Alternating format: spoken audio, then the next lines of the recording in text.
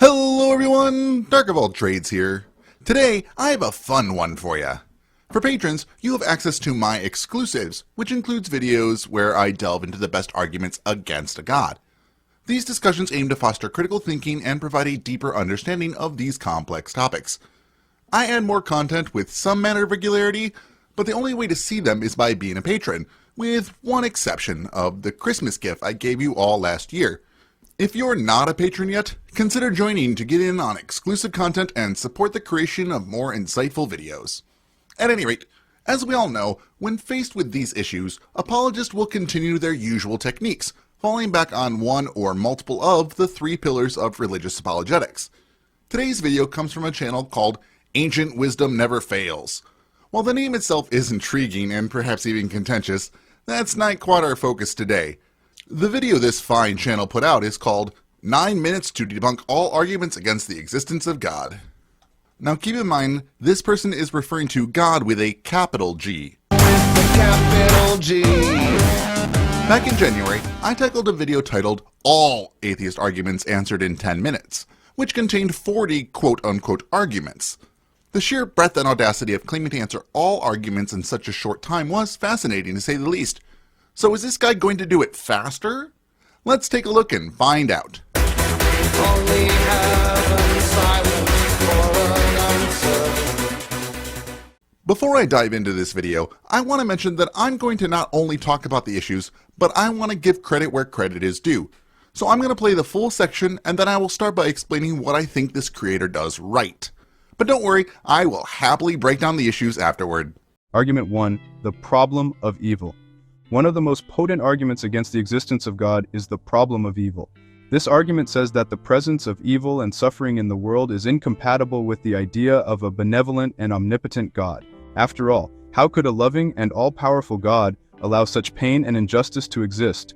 While the existence of evil is undoubtedly a profound philosophical and theological challenge, it does not necessarily negate the existence of God. The concept of free will provides a compelling explanation for the presence of evil in the world. In granting humans the freedom to make choices, God allows for the possibility of both good and evil actions. In fact, the only world where love is truly possible is one where there is freedom to choose. The price to be paid for that is inevitably the possibility of tragedy. Moreover, many religious traditions emphasize the idea of a divine plan or a greater purpose behind suffering, suggesting that human understanding may be limited in comprehending the complexities of God's intentions. Firstly, it is important to acknowledge that the video rightfully identifies the problem of evil as a substantial challenge to theistic belief. This problem raises the question of how a benevolent and omnipotent God could allow the existence of evil and suffering in the world. Recognizing this issue sets a serious and thoughtful stage for discussion. Additionally, the video brings up the concept of free will as a potential explanation for the presence of evil. This is a well-known theistic response that attempts to reconcile the existence of a benevolent God with the reality of evil by suggesting that God allows humans the freedom to make our own choices, resulting in both good and evil actions. This shows an understanding of the complexity of the issue at least. The video also acknowledges that human understanding might be limited in comprehending the complexities of God's intentions. This point suggests humility and recognizes that there could be an aspect of existence beyond human comprehension, which is a reasonable stance in a philosophical debate. However, there are several critical issues with the argument presented in this video. The appeal to free will as a justification for evil is problematic. It fails to address the existence of natural evils such as natural disasters, diseases, and other forms of suffering that are not the result of human choices. Why would a benevolent and omnipotent God allow such suffering that has nothing to do with human free will? This gap in the explanation leaves a significant portion of the problem of evil unaddressed. The video suggests that human understanding is limited and that we must trust in a divine plan. This can be seen as a cop-out, avoiding the tangible and immediate nature of suffering. Relying too heavily on the mysterious ways of God doesn't provide a satisfying explanation to those who are experiencing suffering. It essentially asks people to accept suffering without question, which is unsatisfactory for many. If God is omnipotent, he could have created a world where free will exists but without the possibility of this evil. The argument doesn't reconcile why an omnipotent God couldn't create a world where free will leads to only good choices, thus avoiding the problem of evil altogether. This inconsistency undermines the credibility of the free will defense. The idea that suffering has a greater purpose or is part of a divine plan can be morally troubling. It implies that horrific events and immense suffering might be justified as part of a larger good. This can be seen as a form of moral relativism, which is deeply unsatisfactory from an ethical standpoint. It raises questions about the moral character of a deity who would allow or even plan for such suffering. The argument doesn't engage with the empirical reality of suffering and evil in the world. It leans heavily on abstract philosophical ideas without providing concrete evidence or solutions to the problem of evil. This lack of empirical engagement makes the argument feel disconnected from the actual experiences of those who suffer. The argument suggests that the existence of evil is justified by the concept of free will, implying that God allows evil to exist because humans have the freedom to choose. This can be seen as an appeal to consequences. If there were no evil, there would be no free will, and doesn't directly address why an omnipotent and benevolent God couldn't prevent evil while preserving free will. So in summary, while the video's discussion of the problem of evil acknowledges the challenge it poses to theistic beliefs and attempts to provide a thoughtful response, it ultimately falls short in several critical areas. The explanations given, particularly regarding free will as the notion of a divine plan, do not fully address the scope and depth of the problem. For many atheists and anti-theists, these responses are seen as inadequate and unconvincing, highlighting the enduring strength of the problem of evil as an argument against the existence of a benevolent and omnipotent God. Argument 2. The argument from unbelief. Another argument against the existence of God is the prevalence of religious diversity and the existence of atheists. If God truly existed, wouldn't there be universal agreement or at least a consensus among humanity regarding the divine? The diversity of religious beliefs and the presence of atheism do not necessarily disprove the existence of God. Human beings are inherently fallible and limited in their understanding of the divine. Cultural, historical, and personal factors shape religious beliefs, leading to a plurality of faith traditions. Furthermore, the existence of atheists can be seen as a testament to the autonomy of human thought and the freedom to reject religious beliefs. Just because not everyone believes in God does not mean that God does not exist. The video rightly acknowledges the vast diversity of religious beliefs and the presence of atheism worldwide. This diversity is indeed a fact and challenges the notion of a singular, universally accepted understanding of the divine. Recognizing human fallibility in understanding the divine is also commendable. It acknowledges that cultural, historical, and personal factors shape religious beliefs, indicating an awareness of the subjective nature of religious experience. The video correctly highlights that the existence of atheists can be seen as a testament to human autonomy and the freedom to reject religious beliefs. This reflects a respect for intellectual independence and diversity of thought. However, the argument implies that diversity in belief and the presence of atheism do not necessarily disprove the existence of God. While true, this assertion does not logically negate the argument from unbelief. The argument from unbelief does not seek to disprove God's existence, but rather questions why there isn't widespread agreement if such a being were universally evident. The rebuttal that not everyone believing in God does not mean that God does not exist overlooks the core of the argument from unbelief. The issue isn't merely about a lack of universal belief, but about the lack of universal evidence or convincing reason for such diverse beliefs if God's existence were unequivocally evident. Here, he does not sufficiently engage with the skeptical positions that challenge the coherence and evidence for various religious claims. It dismisses the argument from unbelief by attributing differences to human fallibility, without addressing why a universally evident God would allow for such diverse and often conflicting interpretations. While autonomy of thought is praised, his response does not explore the implications of this autonomy regarding the origins and validity of religious beliefs. It assumes autonomy as a positive without delving into whether such autonomy is consistently applied in the formation of religious beliefs, which is basically what the point of the initial argument is. So, while the video attempts to address the argument from unbelief by emphasizing human diversity and fallibility in understanding the divine, it does not effectively counter the core challenge posed by this argument. The diversity of beliefs and the presence of atheism highlight significant questions about the universal evidence and coherence of religious claims.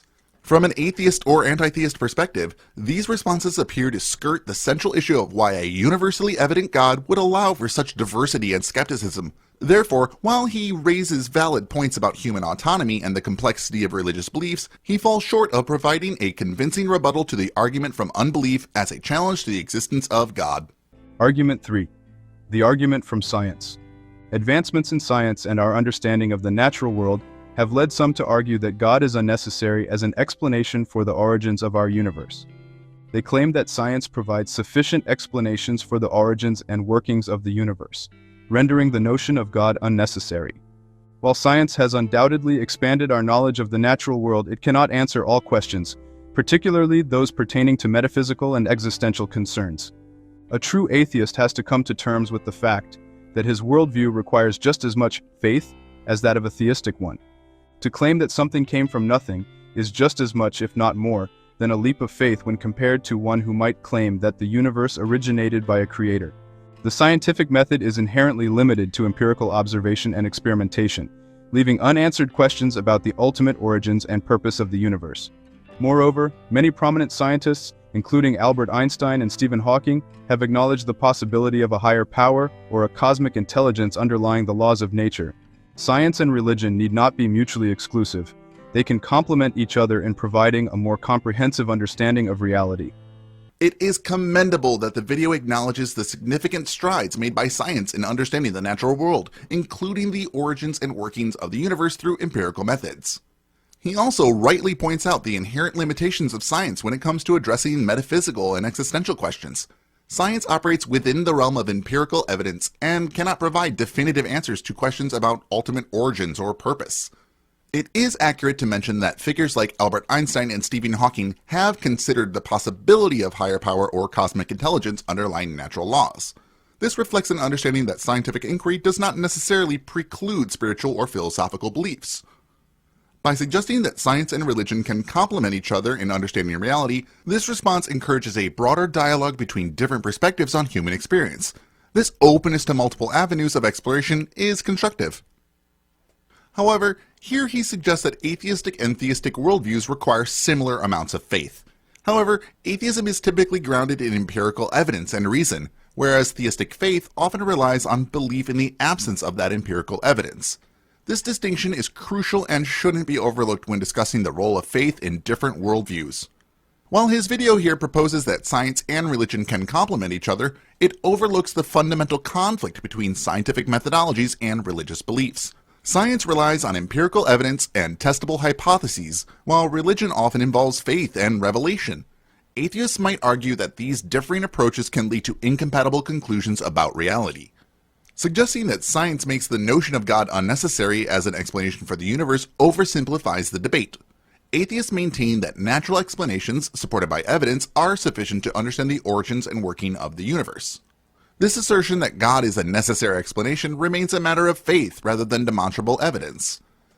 While mentioning Einstein and Hawking's perspectives, this response could provide a more comprehensive view of the diversity of opinions among scientists regarding spirituality and religion. Many scientists, while respecting religious beliefs, do not find empirical support for supernatural explanations and prioritize naturalistic inquiry. So overall, this response effectively acknowledges the achievements and limitations of scientific inquiry while recognizing that there are diverse perspectives on spirituality among scientists. However, it misses out on the distinction between the atheistic ideas and theistic faith, as well as the potential conflicts between scientific and religious methodologies, and the diversity of scientific opinions on matters of spirituality itself. If he were to address these aspects, it would enrich the discussion from my perspective, fostering a more nuanced understanding of the relationship between science and religion. Argument 4. The argument from lack of empirical evidence. Some skeptics argue that the lack of empirical evidence for the existence of God undermines the credibility of religious belief. They contend that if God were real, there should be tangible evidence or scientific proof of his existence. While it is true that the existence of God cannot be proven through empirical means in the same way as natural phenomena, such as gravity or electricity, this does not necessarily mean that God does not exist. It is important we understand the difference between evidence and proof. Evidence is data or facts that assist us in determining the reality or existence of something. A total collection of evidence can prove a claim. Proof is a conclusion that a certain fact is true or not. While there may not be proof of God, since no one can see him or touch him, we have an overwhelming amount of evidence that points to his existence. The concept of faith is central to many religious traditions, emphasizing belief in the absence of concrete evidence. Furthermore, experiences of divine revelation, personal encounters with the transcendent, and testimonies of religious experiences provide subjective evidence for the existence of God, albeit not empirical in the scientific sense. Here the video appropriately distinguishes between evidence and proof in the context of discussing God's existence. It acknowledges that while there may not be empirical proof for God comparable to scientific phenomena like gravity or electricity, believers rely on subjective experiences and religious testimonies as evidence. This recognition is crucial when talking about this argument, as it reflects an awareness of the different standards of validation in religious belief compared to empirical science. He also rightly emphasizes the central role of faith in religious traditions. He explains that faith involves belief in the absence of concrete empirical evidence and highlights how personal encounters with what believers perceive to be divine contribute to their faith. This perspective is essential for understanding religious epistemology and the subjective nature of spiritual experiences. However, the response's reliance on subjective religious experiences as evidence for God's existence is problematic. While these experiences are meaningful to believers, they are inherently subjective and lack objective verification. What one person interprets as a divine revelation could be attributed to psychological, cultural, or neuroscientific factors by others. Therefore, subjective experiences cannot serve as universally convincing evidence for the existence of a deity. This response does not effectively address the fundamental issue of burden of proof. Atheists argue that the claim, God exists, carries the burden of proof, requiring robust empirical or logical evidence. Simply citing subjective experiences or personal convictions, while valid within religious contexts, does not meet the evidentiary standards demanded by skeptics. The absence of empirical evidence that is testable and repeatable leaves the claim of God's existence lacking in compelling support from a scientific or rational perspective. So while he correctly distinguishes between evidence and proof and acknowledges the significance of faith in religious belief, he's falling short here in providing convincing arguments for God's existence from an atheist or anti-theistic standpoint. Subjective experiences, while meaningful to believers, do not constitute objective evidence that can substantiate claims about the existence of a deity, particularly when viewed through a skeptical lens that prioritizes empirical rigor and logical coherence. Argument 5. The argument from divine hiddenness. Some critics argue that if God exists, he should make his presence unmistakably known to all people. The fact that God's existence is not universally recognized or experienced is seen as evidence against his existence. The concept of divine hiddenness can be understood within the framework of religious teachings that emphasize the importance of faith, humility, and spiritual seeking. In many religious traditions, God is believed to reveal himself to those who earnestly seek him with an open heart and mind. Furthermore, the presence of religious experiences and encounters with the divine among believers suggests that God's existence is not entirely hidden, but may require a receptive disposition to discern. The video appropriately addresses the concept of divine hiddenness within religious teachings. It explains that many religious traditions emphasize the importance of faith, humility, and spiritual seeking in experiencing God. This perspective acknowledges the theological premise that God reveals himself to those who earnestly seek him with an open heart and mind. By highlighting this aspect, the video aligns with the spiritual journey and personal nature of religious experiences that believers often cite as evidence of God's presence. Here he acknowledges the presence of religious experiences and encounters with the divine among believers. It suggests that while God's existence may not be universally recognized or experienced, these encounters among believers indicate that God's presence is discernible to those who are receptive and spiritually inclined. This recognition is crucial as it respects the subjective experiences that shape religious beliefs and underscore the significance within faith communities. But from an atheist or anti-theist viewpoint, this explanation of divine hiddenness raises concerns about the universality of God's presence. We can argue that if God exists and desires a relationship with humanity, his presence should be unmistakably evident to all people, regardless of their spiritual disposition. The variability in religious experiences and lack of universal recognition challenge the notion of a universally accessible divine presence. This discrepancy undermines claims of divine revelation and suggests that subjective experiences may be more attributable to psychological, cultural, or sociological factors rather than a transcendent deity. While the video rightfully emphasizes the role of faith, humility, and spiritual seeking in a religious experience, it fails to address the epistemic issues surrounding faith as a reliable pathway to truth. Atheists contend that faith, by its nature, involves belief in the absence of empirical evidence or logical proof. Relying on faith to justify the existence of God raises questions about the reliability of subjective experiences as a basis for objective truth claims. Without verifiable evidence that can withstand critical scrutiny, faith-based assertions about divine presence remain unconvincing to skeptics who prioritize empirical evidence and rational justification. So while he effectively explores the theological frameworks of divine hiddenness and acknowledges the significance of religious experiences within faith communities, here he falls short in providing convincing arguments for God's existence from an atheist or anti-theist perspective. The variability of religious experiences and the subjective nature of faith-based beliefs pose significant challenges to claims of a universally accessible divine presence. Without objective evidence that can withstand critical examination, assertions about divine hiddenness and the role of faith remain contentious within philosophical and skeptical discourse. Argument 6. The argument from divine silence. Critics often point to the perceived silence of God in the face of human suffering and prayers that seemingly go unanswered. If God were real and benevolent, why would he remain silent in the face of such anguish and despair? The silence of God does not necessarily indicate his non-existence, but may reflect deeper theological understandings of divine transcendence and human agency. Many religious traditions teach that God works in mysterious ways, and that his timing and purposes may not align with human expectations. Moreover, the absence of immediate answers to prayers does not eliminate the possibility of eventual divine intervention or guidance. The belief in divine providence and the ultimate justice of God's plan offers solace and hope to believers amidst the trials of life.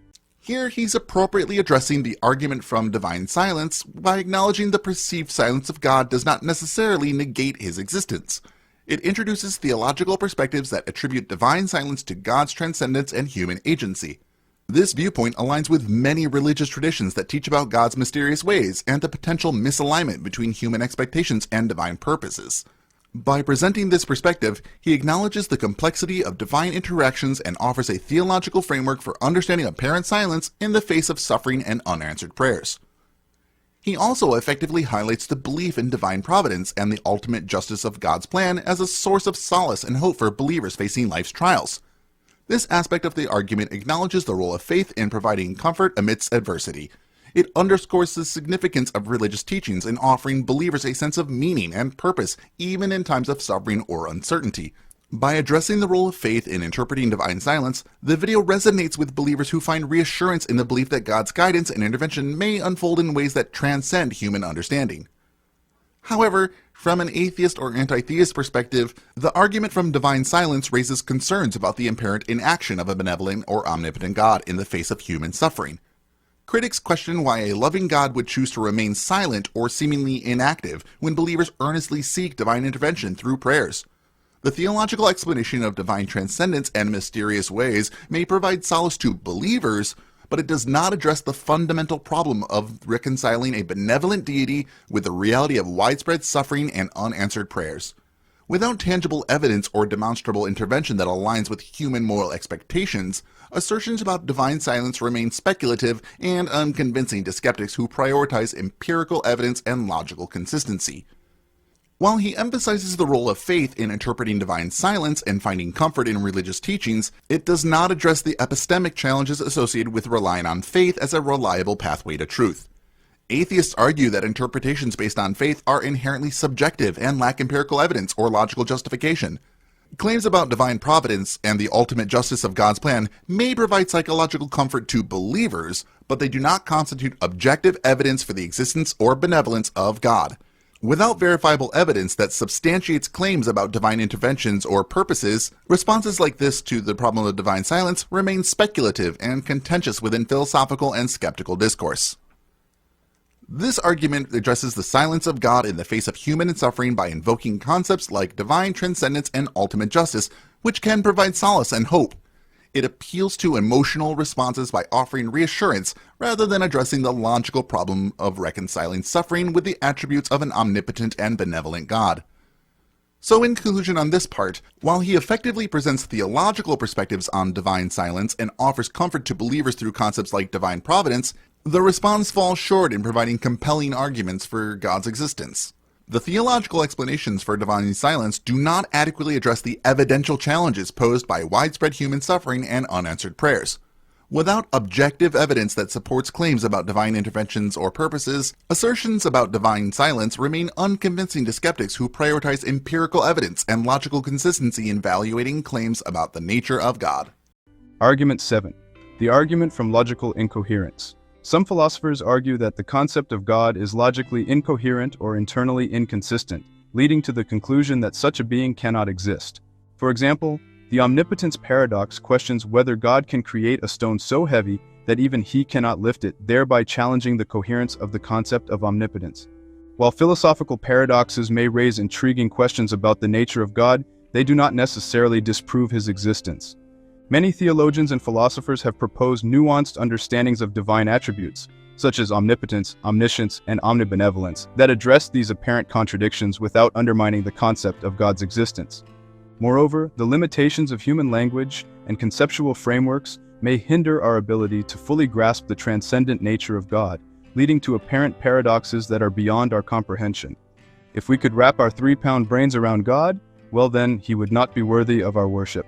So here he appropriately addresses the argument from logical incoherence by acknowledging philosophical debates about the coherence of the concept of God, particularly concerning attributes like omnipotence. He correctly points out that while these philosophical paradoxes raise intriguing questions about the nature of God, they do not definitively disprove his existence. This acknowledgement seems to point to an understanding of the nuanced discussion within theology and philosophy regarding divine attributes such as omnipotence, omniscience, and omnibenevolence. By presenting the viewpoint that these apparent contradictions may stem from human limitations in understanding the transcendent nature of God, the video encourages deeper reflection on the complexity of theological concepts and the challenges of human cognition in grasping them. He also appropriately emphasizes the limitation of human language and conceptual framework in comprehending the transcendent nature of God. He suggests that apparent paradoxes surrounding divine attributes may arise from these limitations rather than indicating logical inconsistencies in the concept of God itself. This perspective aligns with theological teachings that emphasize humility in approaching the divine and acknowledges the potential inadequacies of human intellect when confronting profound questions about the nature of God. By highlighting the idea that a fully comprehensible God might not be worthy of worship, the video encourages humility and intellectual openness in exploring theological and philosophical debates about the concept of God. However, from an atheistic or anti-theistic perspective, the argument from logical incoherence raises significant concerns about the internal consistency of the concept of God.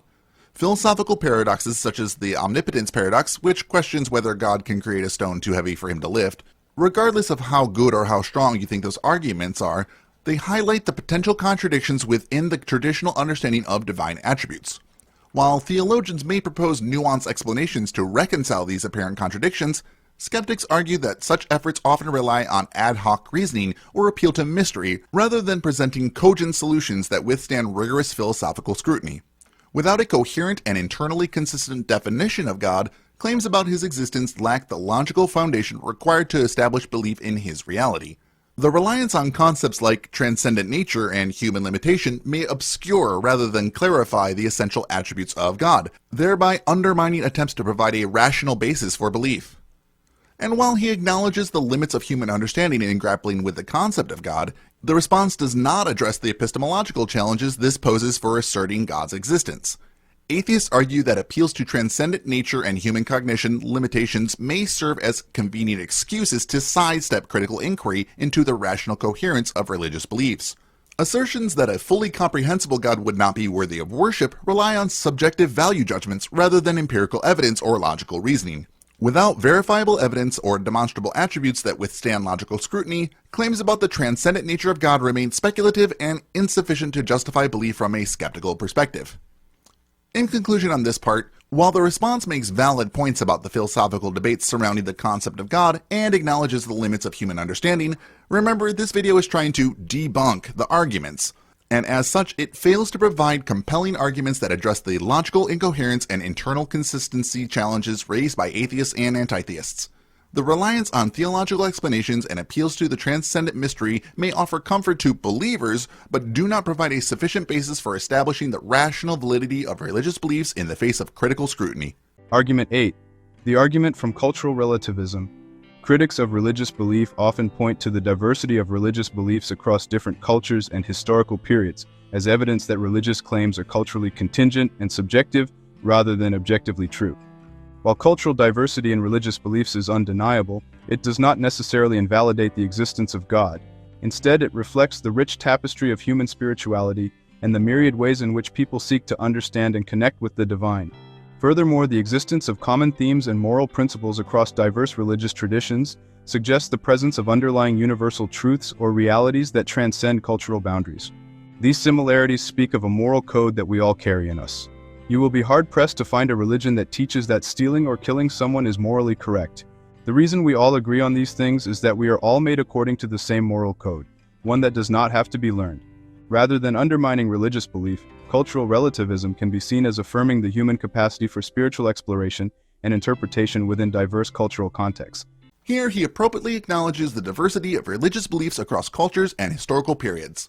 He correctly points out that the existence of diverse religious beliefs does not necessarily invalidate the concept of God, but rather reflects the varied ways in which human spirituality manifests.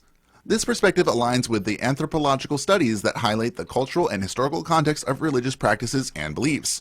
By emphasizing the rich diversity of human spirituality and the myriad ways people seek to understand and connect with the divine, here he's encouraging the appreciation for cultural diversity in religious expression. Additionally, the recognition of common themes and moral principles across diverse religious traditions suggests underlying universal truths or moral codes that transcend cultural boundaries. This approach fosters a broader understanding of spirituality as a universal human endeavor, irrespective of specific religious doctrines. He also correctly portrays cultural relativism as affirming the human capacity for spiritual exploration and interpretation within diverse cultural contexts. It acknowledges that cultural diversity can enrich our understanding of spirituality by offering different perspectives on the divine and moral values. This perspective promotes tolerance and respect for differing religious beliefs and practices, recognizing them as valid expressions of human spirituality shaped by unique cultural experiences. By highlighting the universality of moral principles such as prohibitions against stealing or killing, the video underscores the potential for shared ethical values that transcend cultural and religious boundaries. As I said, this approach encourages a nuanced appreciation of cultural diversity in religious beliefs and practices, emphasizing the importance of respecting different worldviews while seeking common ground in moral and spiritual values. However, from an atheist or anti-theistic perspective, cultural relativism raises concerns about the subjective nature of these religious claims. We can argue that the diversity of religious beliefs across cultures and historical periods challenges the notion of objective truth in religious doctrines. If religious beliefs are culturally contingent and shaped by historical contexts, I have to question whether any religious claims can be considered objectively true or verifiable. This perspective challenges the validity of religious truth claims based on their cultural specificity, suggesting that they may reflect human interpretation rather than divine revelation. Without empirical evidence or logical coherence that transcend cultural boundaries, claims about the existence of God and the truth of religious doctrines remain speculative and subjective.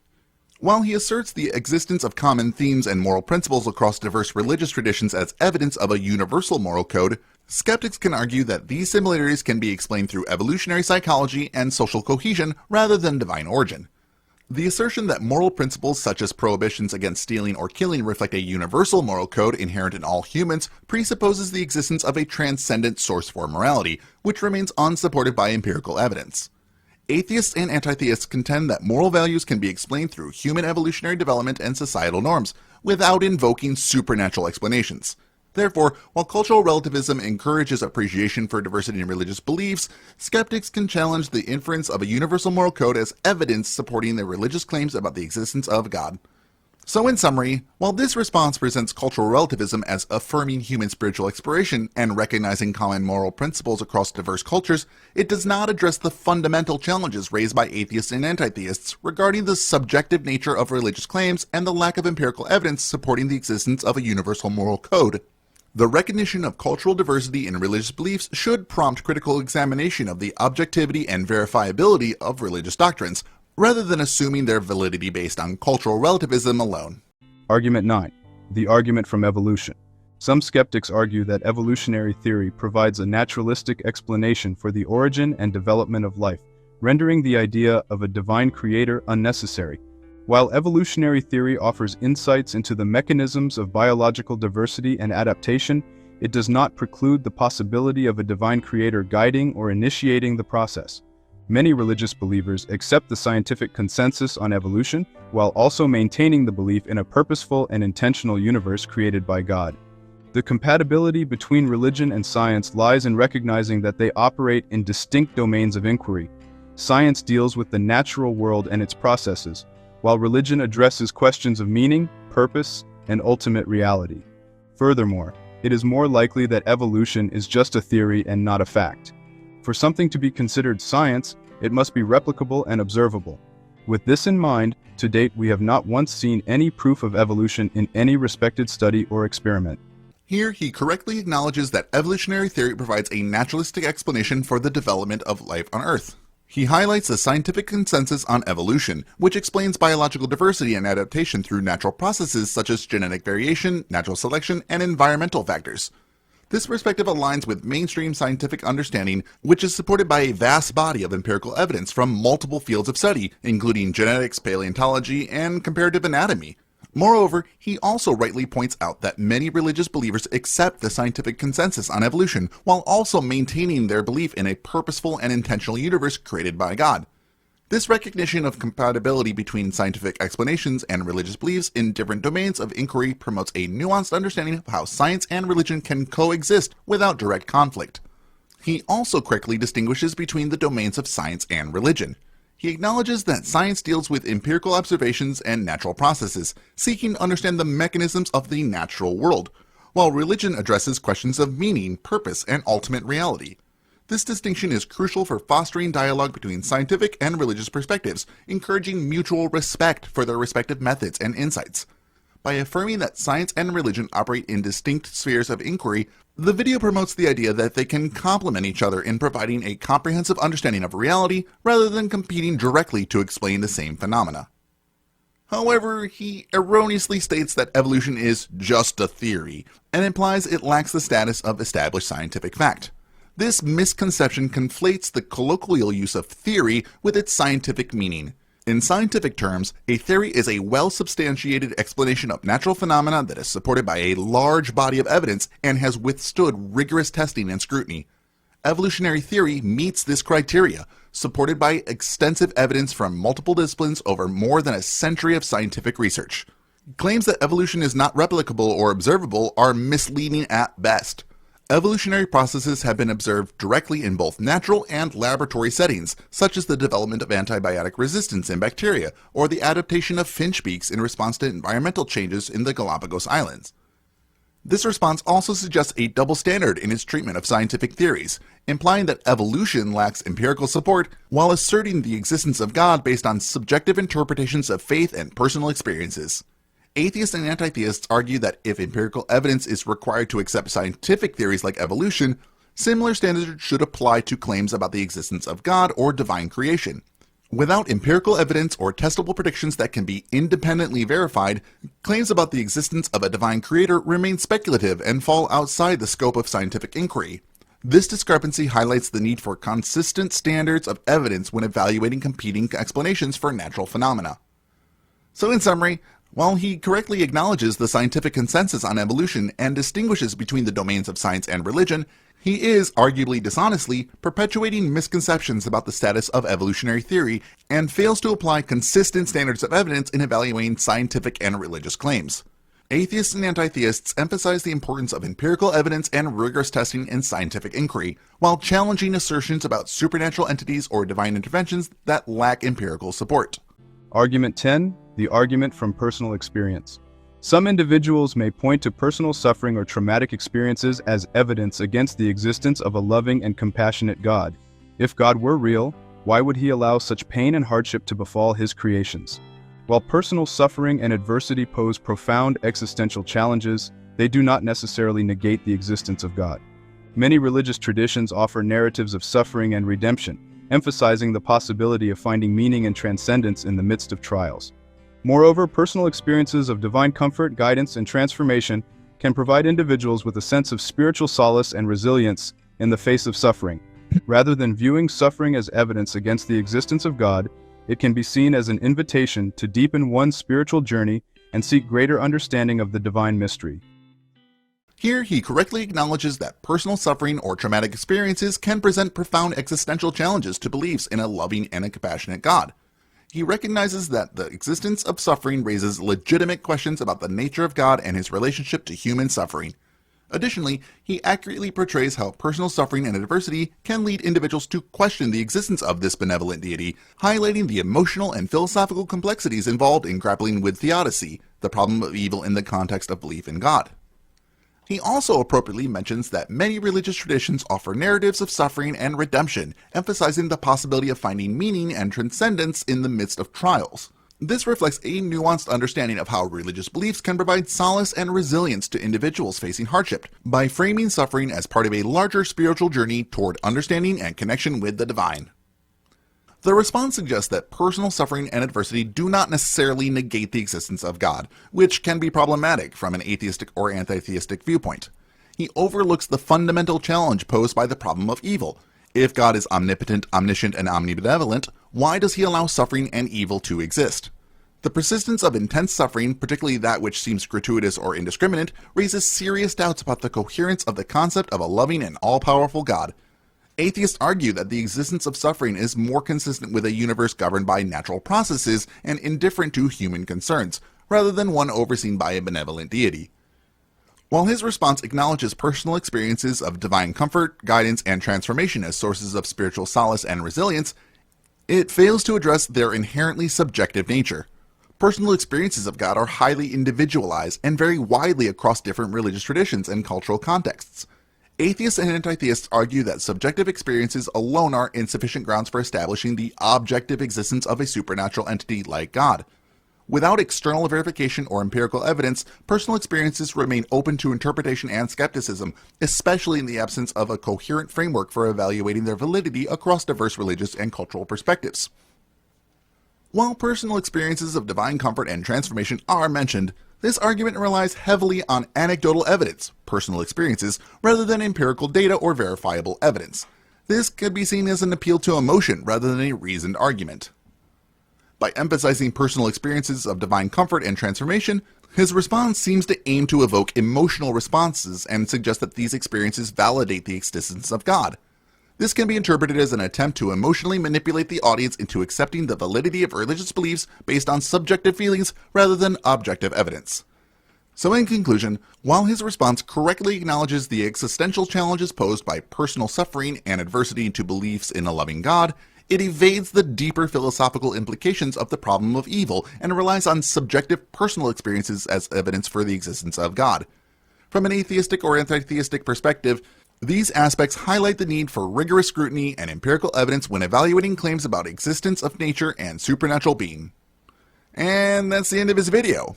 So here are the arguments he attempted to debunk. Now, I may be a bit of an outlier in the counter-apologetics community. I think the overwhelming majority of religious people, and I want to include the majority of smaller religious channels here on the YouTubes, are doing their best to be as honest as they can be. Of course, this does not include bigger names in apologetics, your Turek's, your Hovens, your Lane Craigs, or your Hams. Anyone who makes relevant money off their apologetics starts to get into really shady territory. So I want to believe that this creator really was doing their best. I am guessing this person is not an experienced apologist and honestly believes what they are saying. The problem is, again, as I stated in the intro, all religious apologetics falls into one or multiple of the three pillars of religious apologetics. That's it for this one. So what do you think? Do you think Mr. Ancient Wisdom Never Fails made some good points here? Or are you like me and think at best he made partial answers to these actual issues? From my perspective, he presents standard theistic responses. However, these responses rely on faith and speculative theology and subjective experiences rather than empirical evidence or logical coherence. The arguments presented remain valid challenges to theism and still show an ongoing issue between religious beliefs and skepticism. If you enjoyed my dissection and half a compliment sandwich of the points, you can show that by hitting the like button. Though, if you see my videos as an opportunity for growth, spiritual or otherwise, hit that subscribe button if you haven't already to keep my videos coming straight to your YouTubes. My Discord is growing, and I'm very pleased with the discussions going on there. A link to join is in the description. Though my videos are never complete without me thanking the wonderful patrons, Calamitous Anima, Sora, Long-Haired Lefty, Musical Ocelot, Ooga Booga Luga, Anonymous Netizen, Tarek Alkazab, Jamabum, Kai Henningsen, and Triple Towel, who are the evolutionary theory to the growth of my channel. If you would like to not necessarily negate the possibility of a creator, but be a strong one against it, you can join them for as low as $1 a month at patreon.com/darkofalltrades. Seriously, you all are the best. I've come a long way from a few years ago, and doing collabs like last week really boosted my confidence. I hope to keep this growth going and do more things like collabs in the future. The more content creators who know my channel, the better chances I have of working with the bigger names. Thank you to all of you who support me and those who talk about me to other content creators. I sincerely appreciate every one of you, even if we don't agree on other things. You all keep me going. Thank you. And as always, keep learning.